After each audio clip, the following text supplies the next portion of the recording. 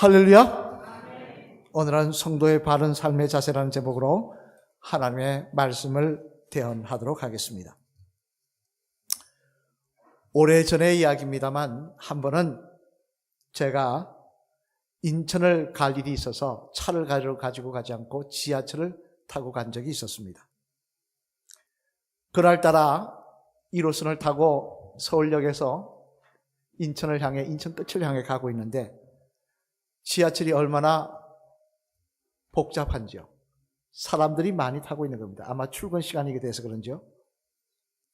그런데 그런 지하철을 타고 가다 보니까 달리는 기차의 흔들림도 흔들림이지만 사람들에게 이리 시달리고 저리 시달려서 너무 힘든 것입니다. 속으로 제발 앉을 자리 하나 놨으면 좋겠다. 앉을 자리 하나 놨으면 좋겠다. 그것만을 바라고 제 앞 사람을 유의 깊게 바라보고 있었습니다. 근데 중간쯤 갔을 때 이분이 주섬주섬 짐을 챙기시더니 일어서는 것이었습니다. 얼마나 속으로 감사한지요. 그래서 막상 생각 같아서는 빨리 앉고 싶은데 그래도 염치가 있지 빨리 앉으면 되지겠습니까? 옆에 분들 한번 이렇게 둘러보고 점잖게 앉으려고 하는데 갑자기 누가 저를 확 밀치는 것이었습니다. 그 옆에 봤더니 덩치가 좀 풍성하신 아주머니 한 분이 저쪽에 있으셨는데 저를 밀치고 오셔가지고 그 자리에 앉으시는 겁니다. 그것도 그냥 앉으시는 게 아니라 본인이 덩치가 크다 보니까 이렇게 밀치고 앉으시더라고요. 기대를 하고 바라보고 있었는데 얼마나 기가 막힌지요. 그리고 나서 이분이 앉으시고 나니까 사람들이 한번 이렇게 쳐다봅니다. 그렇게 염치 없는 짓을 했으니까요. 그런데 더 기가 막힌 것은 이분이 앉으시면서 앉고 나서 뭐라 그러냐니까요. 하려고 한 게 아니라 입에 달린 말씀 같아요. 이렇게 습관적으로 하는 말 같아요. 뭐라 그러니까 주여 감사합니다. 주여 감사합니다. 그러시더라고요. 제가 그 모습을 보면서 남이 앉을 자리 억지로 빼앗아 앉아놓고는 그게 주께 감사할 일일까 하는 생각을 해보았습니다. 목소리라도 작으면 저만 들었을 텐데 이분이 덩치가 크니까 목소리도 크더라고요. 옆에 분이 다 듣고 나서 다시 한번 사람들이 그 사람을 쳐다봅니다. 그 아주머니. 그 모습을 보는 순간 제가 얼마나 창피한지요. 예수님을 전하는 목사인 제가 그 모습을 보니까 마음이 뜨거워서 부끄러워서 얼굴을 들지 못하겠습니다. 그러면서 계속 그분도 또 아니라고 끝까지 가시더라고요. 그래서 이렇게 얼굴을 볼 때마다 야, 성도가 저래서는 되는 건가? 성도는 저렇게 해서는 안 될 텐데 하는 생각을 해본 적이 있습니다만 여러분, 우리가 세상을 살려면 성도라고 한다면 세상 사람들과 사는 모습이 달라야 되지 않겠습니까? 똑같다고 한다면 세상 사람이죠. 성경 들고 교회에 나오는 것만 다르다면 그 사람은 그냥 세상 사람이 교회에 왔다 가는 것일 것입니다.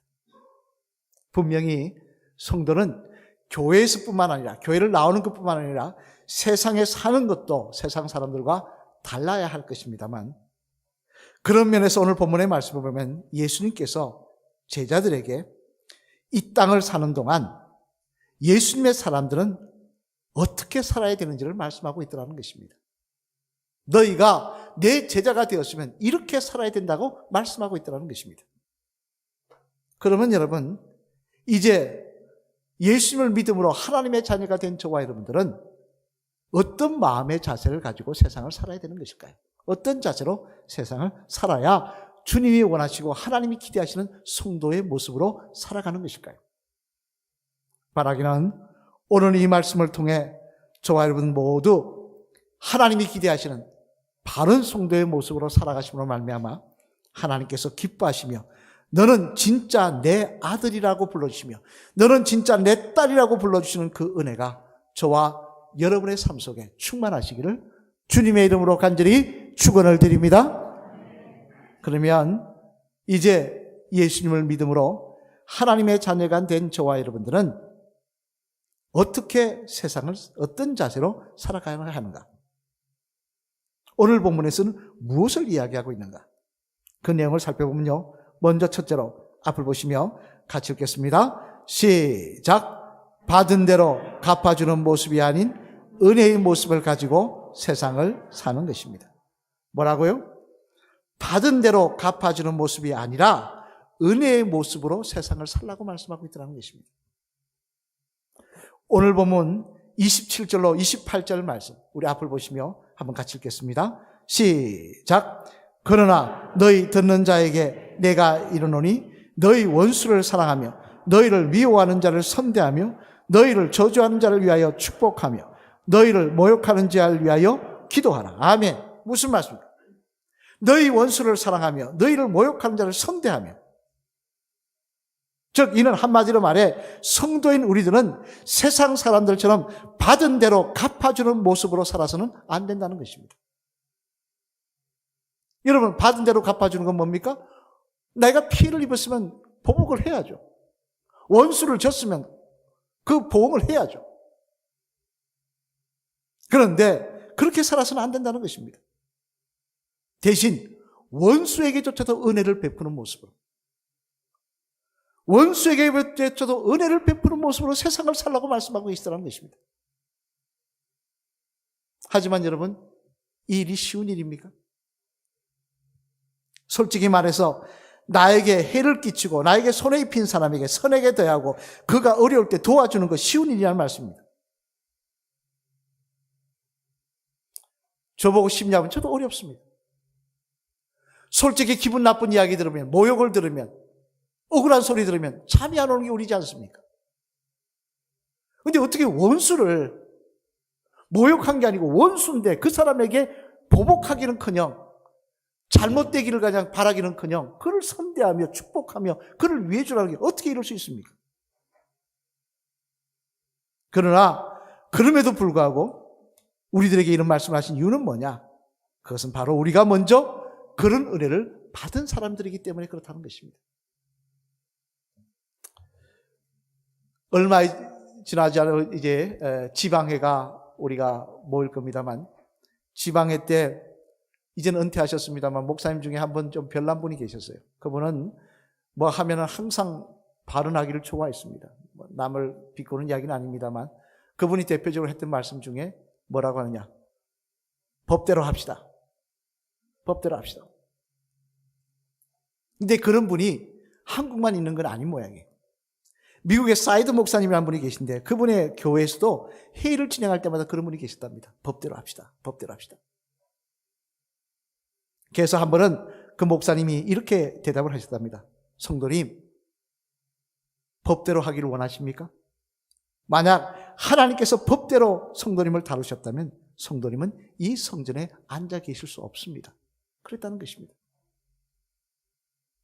여러분, 솔직히 말해서 그 성도뿐만 아니라 저와 여러분까지도 하나님께서 법대로 하셨으면 이 자리에 앉아 있을 사람이 누가 있습니까? 당장 골로새서 1장 21절 말씀해 보면요, 우리들이 어떤 인생인지 어떤 존재인지 하나님이 처음에 우리를 어떻게 보시는지를 기록하고 있는데 우리 한번 같이 읽어보실까요? 골로새서 1장 21절 말씀 앞으로 보시면 읽겠습니다. 시작. 전에 악한 행실로 멀리 떠나 마음으로 원수가 되었던 너희를. 아멘. 뭐라고 말씀하십니까? 우리의 본질은 뭐냐? 하나님의 원수라는 거예요. 하나님이 보시기에 우리는 원수들이었다는 것입니다. 왜 원수들입니까? 그것은 하나님이 우리를 창조하신 섭리하고는 반대로 갔기 때문에 그렇습니다. 하나님은 하나님이 영광 받으시기 위해서 우리를 창조하셨습니다. 근데 우리는 우리가 영광 받기를 원하더라는 거예요. 내 영이 잘된 같이 영혼이 잘 되기를 원해요. 우리는 육신이 잘 되기를 원하더라는 거예요. 그리고는 정직하라 그랬는데 거짓말하고 하나님 앞에 악을 행하는 것 대수롭지 않게 생각하더라는 것입니다. 그래서 하나님 뭐라 하시면 너희는 원수라고 이야기하십니다. 내가 불쌍히 여길 자들은 원수라고 말씀하십니다. 그런데 그런 원수들인 우리들을 하나님은 어떻게 하십니까? 에베소서 2장 16절 말씀 우리 한번 같이 읽어보실까요? 참 은혜의 말씀이죠. 같이 읽겠습니다. 시작. 또 십자가로 이들을 한 몸으로 하나님과 화목하게 하리심이라. 원수된 것을 십자가로 소멸하시고. 아멘. 십자가로 소멸하신데 놀라운 사실은 뭐냐? 우리가 십자가로 나아간 것이 아니라 하나님께서 십자가의 은혜를 베풀어 주셨다는 것입니다. 우리가 먼저 하나님과 화목하려고 노력한 것이 아니라 하나님이 먼저 원수된 우리를 위해서 자신의 아들까지 희생하셨다는 거예요. 또 로마서 5장 10절 말씀에도 똑같은 말씀이 기록되어 있지 않습니까? 같이 읽어보실까요? 시작. 곧 우리가 원수 되었을 때 그의 아들의 죽으심으로 말미암아 하나님과 화목되게 하신즉 화목되게 하게 된 자로서는 더욱 그의 살아나심으로 말미암아 구원을 받을 것이라. 아멘. 무슨 말씀입니까? 원수된 가치없는 인생을 위해서 자신의 아들을 죽이셨다는 거예요. 여러분이 여러분의 원수를 위해서 여러분의 아들을 희생하시겠습니까?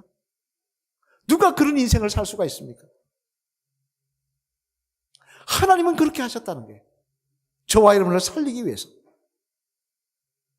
그러니 여러분, 우리가 얼마나 큰 은혜를 받은 것입니까?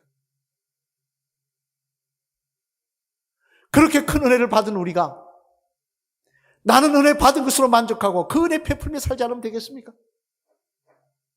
성경에 보면요, 하나님 참 중요한, 예수님을 통하여 중요한 경고를 하십니다. 우리 잊지 말아야 될 말씀이에요. 이 달란트의 비유, 우리 한번 같이 읽어보실까요? 마태복음 18장 24절로 30절 말씀 같이 읽어보시겠습니다. 앞으로 보시면 시작.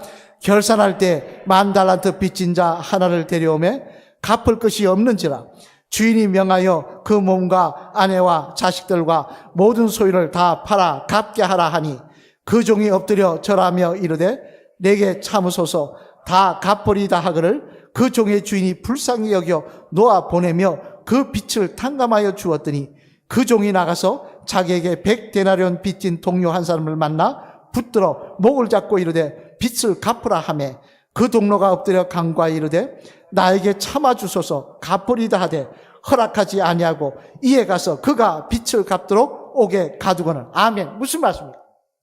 다른 말씀이 아니에요. 10,000달란트를 빚진 자를 탕감해 주는 게 뭡니까? 예수 그리스도를 통해 우리의 죄를 탕감해 주셨다는 거예요. 구원받지 못할 우리를 은혜를 베풀어 주셨다는 거예요. 근데 그런 우리가 가서 저 사람 밉다고 보응하고 내가 능력이 없으면, 보응할 능력이 없으면 마음속으로 미워하고 잘 되느냐 보자 그러고, 그러자 하나님 뭐라 그러십니까? 우리 마태복음 18장 33절 35절 말씀도 계속 읽겠습니다. 시작. 내가 너를 불쌍히 여긴과 같이 너도 내 동료를 불쌍히 여김이 마땅하지 아니하냐 하고 주인이 노하여 그 빚을 다 갚도록 그를 옥졸들에게 넘기니라. 너희가 각각 마음으로부터 형제를 용서하지 않으면 나의 하늘 아버지께서도 너희에게 이와 같이 하시리라. 아멘. 무슨 말씀입니까? 두려운 말씀입니다. 예수 그리스도의 보혈로 다 가려주셨습니다. 우리가 죄가 없어서 천국 갈 수 있는 게 아니라 죄가 있는데도 예수 그리스도의 보혈로 가려주셨기 때문에 천국 가는 거예요. 그런데 우리가 은혜를 받았으면서도 우리는 그 은혜를 베풀지 않고 살면 어떻게 하시느냐? 가려주시던 거 걷어버리시겠다는 거예요. 너 죄 하나하나 따지시겠다는 거예요. 믿지 않는 자가 하나님의 준엄한 심판을 받을 때 예수 그리스도의 피의 공로로 심판을 받지 않는 우리들이 심판대에 있었을 때 피의 공로를 걷어버리시겠다는 것입니다. 이 얼마나 두려운 말씀입니까?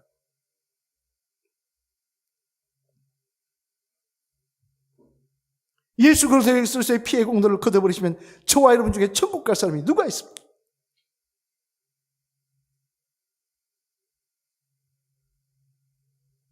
따라서 여러분, 우리가 성도라고 하면서도 세상의 가치관을 가지고 살아서는 안 되는 것입니다.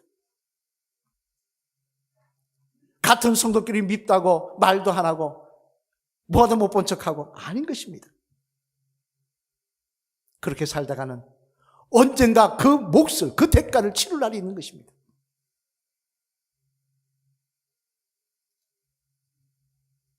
우리 한번 따라해 볼까요? 저를 보시면 우리들이 가져야 될 삶의 자세는 옳고 그름이나 보응이 아닌 은혜의 모습입니다. 우리 마지막으로 한번 따라하겠습니다. 우리들이 가져야 될 삶의 자세는 옳고 그름이나 보응이 아닌 은혜의 모습입니다. 할렐루야. 우리는 은혜의 모습으로 살아야 되는 것입니다. 그 은혜를 받았기 때문에 그 은혜를 갚으며 살아야 되는 것입니다. 그래야 할 때 하나님 우리에게 긍휼을 베풀어 주시고 끝까지 그리스도의 십자가 보혈이 우리에게 은혜가 되게 하실 것이며 우리를 정죄치 아니하시고 하나님의 자녀로 세워주시며 영원한 나라에 들어가게 하시는 은혜를 허락하여 주실 줄로 믿습니다. 바라기는 나는 연약합니다. 저도 연약하고 여러분도 연약합니다. 그러나 성령님이 도우시면 할 것입니다. 하나님 도와주시옵소서. 은혜의 모습으로 살게 하여 주시옵소서. 그러한 삶을 사모하시는 저와 여러분 되시기를 주님의 이름으로 간절히 축원을 드립니다. 둘째로는 또 하나, 오늘 보면은 또 뭘 말씀하고 있냐 같이 읽겠습니다. 시작. 은혜의 모습으로 살 때 억지로가 아닌 자발적이고 감사하는 모습을 가지고 세상을 사는 것입니다. 또 하나 뭐라고 말씀하시냐? 그런 모습을 사는데 또 하나 중요한 게 있다는 것입니다. 뭐냐? 두려워서 하나님의 심판이 두려워 사는 것이 아니라 자발적으로 감사함을 하는 것입니다. 우리 29절 말씀 앞을 보시면 같이 읽어보실까요? 시작. 너의 입밤을 치는 자에게 젖밤도 돌려대며 내 겉옷을 빼앗는 자에게 속옷도 거절하지 말라. 아멘. 참 기가 막힌 말씀을 하십니다. 겉옷을 빼앗는데 속옷도 벗어주라. 전에 있던 교인이 한 번이, 옛날에 있던 교회 교인이 저한테 웃으면서 그 말씀 하더라고요. 목사님 겉옷을 뺏겼는데 속옷이라도 입고 가야죠 그러더라고요. 그거 벗어주면 어떻게 해요 그러시더라고요. 아니 겉옷을 뺏겼는데 속옷을 벗으면 이게 지금 기가 막힌 이야기 아닙니까? 어떻게 겉옷을 뺏겼는데 속옷까지 벗어줍니까? 어떻게 보면 말도 안 되는 말씀입니다만 그럼에도 불구하고 주님이 이 말씀을 하신 이유는 뭐냐? 그것은 은혜를 베푸는 삶을 살 때 억지로 뺏겼으니까 그거로 끝 하는 게 아니라 자발적으로 기쁨을 하라는 것입니다. 정말 이것까지도 벗어주는 마음으로 하라는 거예요.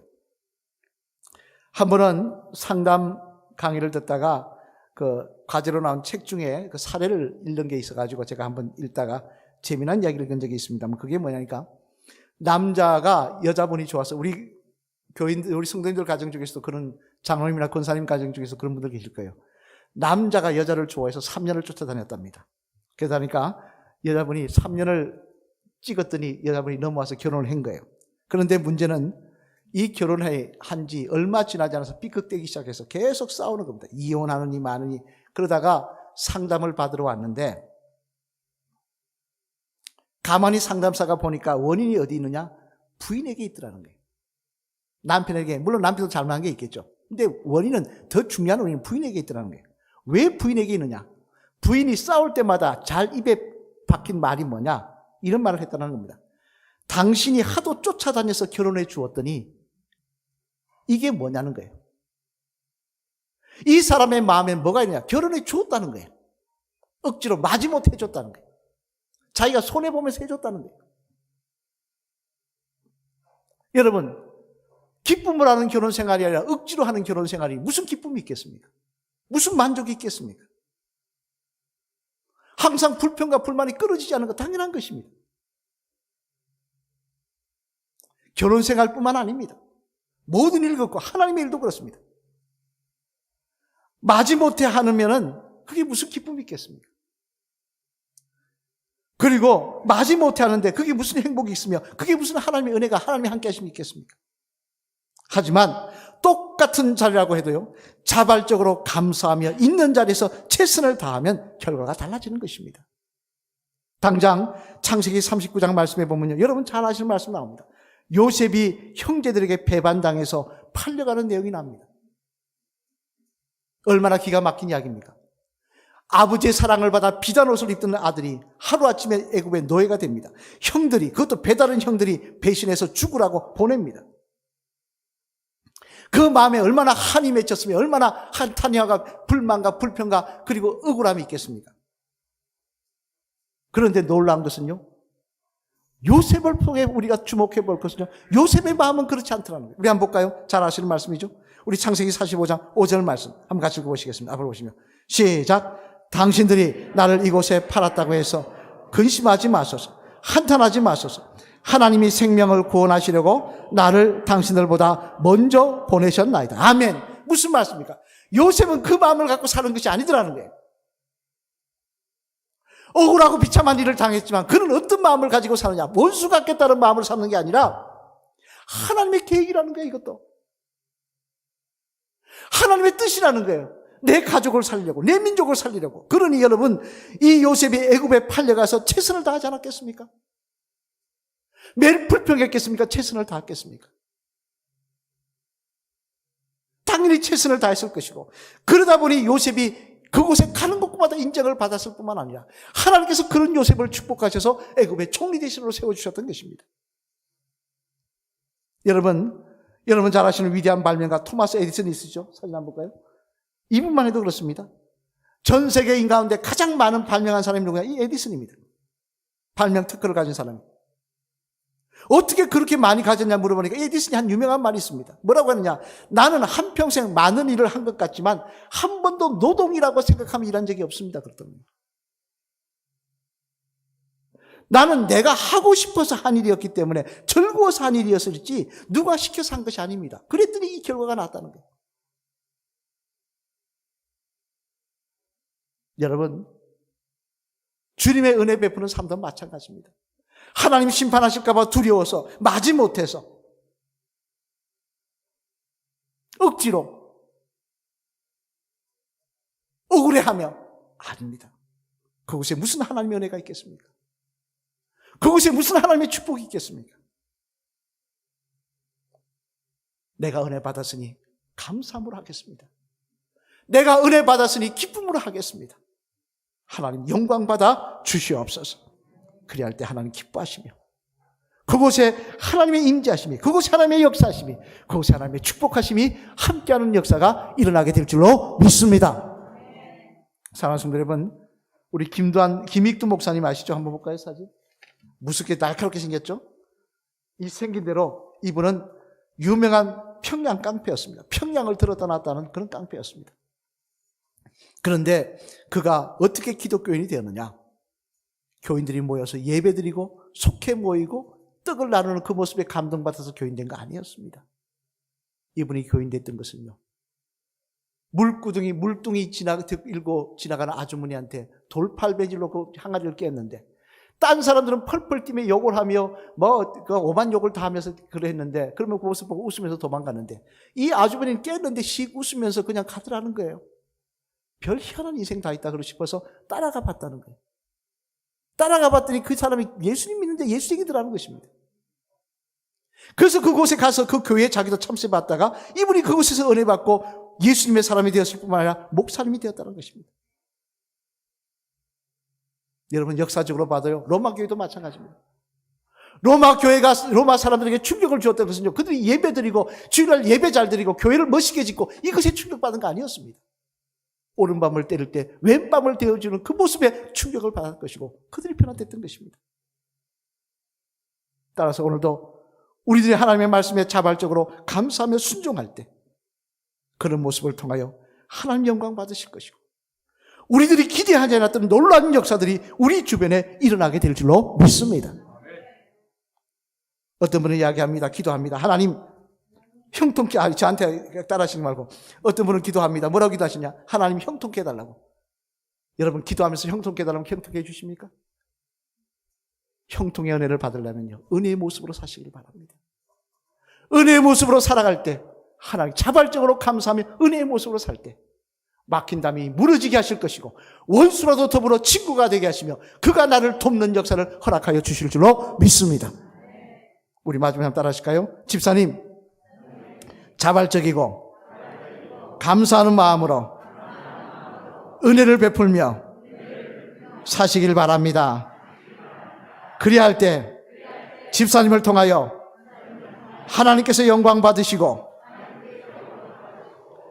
그런 일을 하시는 집사님을 하나님께서 축복하실 줄로 믿습니다. 할렐루야. 아멘. 아멘. 은혜의 모습으로 자발적으로 감사하며 사실 때 하나님 그 모습 영광 받으시고 축복하실 줄로 믿습니다. 오늘 보면 35절 말씀 앞을 보시며 같이 읽겠습니다. 결론적인 말씀이죠. 우리 같이 읽겠습니다. 시작. 오직 너희는 원수를 사랑하고 선대하며 아무것도 바라지 말고 꾸어주라. 그리하면 너희 상이 클 것이요 또 지극히 높으신 이의 아들이 되리니 그는 은혜를 모르는 자와 악한 자에게도 인자하시니라. 아멘. 그리하면 은혜의 모습으로 살아가면, 자발적으로 은혜의 모습으로 살아가면 너희 상이 클 것이요 하나님의 상급이 있다는 것입니다. 또 하나, 지극히 높으신 이의 아들이니 십자가 보혈의 피를 거두지 않으시겠다는 거예요. 우리를 심판하지 않으시겠다는 거예요. 거두가지 않으시겠다는 거예요. 그 긍휼의 은혜를 거두가지 않으시겠다는 거예요. 여러분, 몰랐으면 모를까? 하나님의 말씀하셨습니다. 깨달으라고 말씀하셨습니다.